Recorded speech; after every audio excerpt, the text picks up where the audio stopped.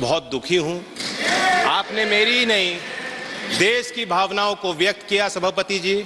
आपने मुझे संरक्षण दिया।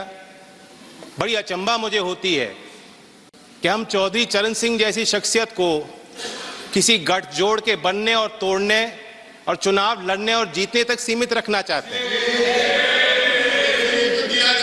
लेफ्ट, राइट, सेंटर में हम बटे रहेंगे तो ये देश के जो असली धरती पुत्र थे उनका आदर और सम्मान हम कैसे रख पाएंगे। मैं ये मानता हूं कि देश में जितने महान नेता आए हैं सब ने एक दूसरे से कुछ ना कुछ लिया है, सीखा है, प्रेरणाएं ली हैं। चौधरी चरण सिंह जी गांधीयन सिंप्लिसिटी को अपना असूल बना के उन्होंने जीवन जिया। महात्मा गांधी जी के ग्राम स्वराज को अपना, उनकी मूल फिलॉसफी का वो हिस्सा और चरित्र का हिस्सा रहा। लाल बहादुर शास्त्री की ईमानदारी, नैतिक, उनके चारित्रिक गुणों को उन्होंने अपने अंदर समाया। इस सदन के माननीय सदस्य पूर्व प्रधानमंत्री एच.डी. देवेगौड़ा, जैसे इनकी राजनीतिक पहचान खेती और किसानी से जुड़ी हुई है, उसी प्रकार से चौधरी चरण सिंह जी की पहचान भी खेती और किसानी और कामगार से जुड़ी हुई है। राजनीतिक विशेषज्ञ मानते हैं कि जैसे इंदिरा गांधी जी में एक करिश्माई शक्ति थी लोगों को अपनी तरफ आकर्षित करने की, उसी प्रकार से चौधरी चरण सिंह जी को सुनने के लिए, उनको छूने के लिए, उनको बेहतर तौर से समझने के लिए दूर दूर से, गांव-गांव से लोग चले आते थे। और मैं ये भी मानता हूं 10 साल मैं विपक्ष में रहा हूं, कुछ ही देर इस सदन में मैं इस तरफ बैठा हूं, लेकिन मैंने देखा है कि 10 साल में जो आज सरकार है इनकी कार्यशैली में भी चौधरी चरण सिंह के विचारों की झलक है। जब आदरणीय प्रधानमंत्री जी ग्रामीण क्षेत्र में शौच की दुर्व्यवस्थाओं पर प्रकाश डालते हैं, जब महिला सशक्तिकरण को अपना प्लेटफॉर्म भारत सरकार बनाती है और गांव-गांव में जागृति पैदा करती है, तो मुझे उसमें चौधरी चरण सिंह जी की बोली याद आती है। सभापति जी, हम लोग नेताओं को समझ नहीं पाएंगे अगर हम इसी तरह बटे रहेंगे।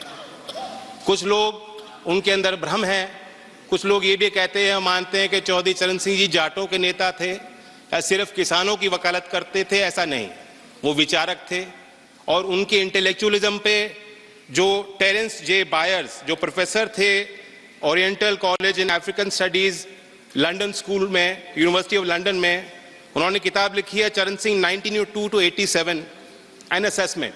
मैं उससे कोट करना चाहूंगा सर। चरण Singh did have incisive intelligence and he undoubtedly applied it to a continuing study of agricultural problems in Uttar Pradesh. Judgment on whether he was an intellectual, of course, turns to one definition of intellectual. My judgment is that on the most rigorous definition, Charan Singh was clearly an intellectual, and not only that, the most unusual one. Sir, जो प्रधानमंत्री जी ने और भारत सरकार ने चौधरी साहब को भारत रत्न दिया है, मैं मानता हूं उससे दो बड़े काम हो जाते हैं। एक कि चौधरी साहब की लेगेसी को हम दोबारा इंस्टीट्यूशनलाइज करते हैं। देश के सभी विश्वविद्यालयों में पढ़ रहे छात्र, उनके अंदर आपने एक नई जिज्ञासा पैदा की है। गांव में पल रहे नौजवानों के अंदर एक नई जिज्ञासा और भावना आपने पैदा की है। देश के अर्थशास्त्री और मुख्यधारा में जो लोग नीति निर्धारक हैं, आपने दोबारा उनको कहा है कि चौधरी चरण सिंह को आप स्टडी कीजिए, अपने स्टडी में शामिल कीजिए, अपने अध्ययन और विचार अनुसंधान में शामिल कीजिए। दूसरा बड़ा काम जो भारत सरकार ने किया, भारत रत्न देकर हौसला बढ़ाया। मैं मानता हूं कि ये एक महज पुरस्कार नहीं है, सबसे बड़ा सम्मान है। और मैं जानता हूं कि आज की जो जीवन समस्या देश के सामने और चुनौतियां हैं, किसानों की समस्या है, भारत रत्न देकर उनका हल नहीं निकलता। लेकिन आने वाले सालों में झोपड़ में पैदा होने वाला व्यक्ति जब वो कहेगा अगर मुझ जैसा चौधरी चरण सिंह बन सकते हैं, भारत रत्न उनको मिल सकता है, तो मैं भी अपनी समस्याओं का समाधान खुद करने में सक्षम हूं। ये बहुत बड़ी जीत हासिल हुई है। मैं तो चाहता था कि क्योंकि चौधरी साहब मेरे अकेले नहीं है, एक पार्टी की नहीं है, मैं अपील करता हूं कि उनके लंबे राजनीतिक और सामाजिक जीवन में जो भी शक्तियां उनके साथ आईं, जो भी नेता आज इस सदन में मौजूद हैं, उनको इस लेगेसी का हिस्सा वो भी हैं जिम्मेदारी उनकी भी है। कोई वसीयत में कोई संपत्ति वो छोड़ के नहीं गए थे। आदमी तब तक जिंदा रहता है जब तक उनके विचार लोगों के बीच जिंदा रहते हैं। मैं उम्मीद करता हूं कि सभी दल के सम्मानित सदस्य गांव-गांव तक चौधरी चरण सिंह जी के विचारों को ले जाएंगे। और मैं फिर अपने तरफ से ऋणी हूं, कहना चाहता हूं, एक जमीनी सरकार जो जमीन की आवाज को समझती है और बुलंद करना चाहती है, ऐसी ही सरकार धरती पुत्र चौधरी चरण सिंह जी को भारत रत्न दे सकती है। धन्यवाद। Short duration discussion. Notices have been received from the following members to raise a discussion on the white paper on Indian economy laid on the table of Rajya Sabha on 8th February 2024 and its impact on the lives of people of the country. Shri Sushil Kumar Modi, Shri Prakash Javadekar, Shri Brajlal, Shri Sushil Kumar Modi. No, sir.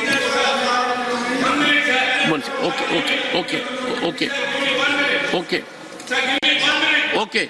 1 second, Mr. Tiruchi Shiva. Sir, Okay. sir, just 1 minute. I raised a point of order, sir, under Rule 33, sir.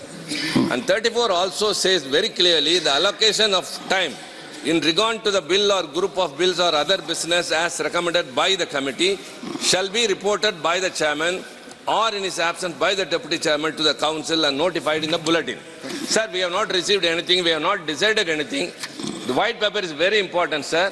The prerogative of the minister may take 1 or 1.5 hours, but for a party of 10 members, we have been given only 6 minutes. Who allotted the time? The BAC decides on the importance of the issue, on the importance of the bill. We allot time, sir. But what time is allotted, how it was allotted, the House was not informed about it. What is your point of order, Sukhendu? I'm referring to Rule 29, Sub-Rule 2. Okay. And we are not disputing the authority of the chair. Rather, this rule empowers the chair that any issue can be discussed with the concurrence permission of the chair. Even not, it is not listed in the list of business. That is the rule. So we accept that. This Bhikari. और इस वक्त की बड़ी खबर आपको बता दें, हंगामे से नाराज उपराष्ट्रपति जगदीप धनखड़, कहा मैं किसान हूं, किसानों का अपमान बर्दाश्त नहीं। आपको बता दें, राज्यसभा में भारत रत्न दिए जाने को लेकर जिन नामों का ऐलान हुआ है उसको लेकर विपक्ष की तरफ से हंगामा भी हो रहा था, जिस पर जगदीप धनखड़ ने नाराजगी जाहिर की और विपक्ष के हंगामे पर उन्होंने कहा कि मैं किसान हूं और किसानों का अपमान बर्दाश्त नहीं करूंगा। दोनों सदनों में कार्रवाई चल रही है, जहां राम मंदिर को लेकर धन्यवाद प्रस्ताव लोकसभा में, तो वहीं राज्यसभा में आपसे कुछ ही देर पहले क्या हुआ, जरा सुनिए जगदीप धनखड़ ने क्या कहा। क्या कहा जयंत को ऐसे मौके पर? अरे साहब जाए तो जाए, ये मुद्दा था क्या? मुद्दा था चौधरी चरण सिंह जी को भारत रत्न से सम्मानित होने का। You are a person who can feast on the cremation ground. You can feast it. Yes, you said so. As a matter of fact, you do not deserve to be part of this house by this misconduct. You are hurting sentiments of millions and millions of farmers. You have gone to the extreme limit. I am from this seat. One second before that. खड़गे जी, सुनिए पहले, मैं किसान वर्ग से आता हूं, इसका मतलब नहीं, सुनिए, इसका मतलब नहीं कि मैं कमजोर चेयरमैन हूं। मैंने बहुत बर्दाश्त किया है। आप कुछ भी मेरे बारे में कह देते हैं। You say anything you like. You don't read this book. You don't follow precedents. Sir, you use any language against me. Sometimes you behave like a teacher, as if I'm a student. नहीं sir, आज का ये मौका बहुत संवेदनशील है। आज के मौके में नहीं, आपने मेरे दिल पर चोट की है।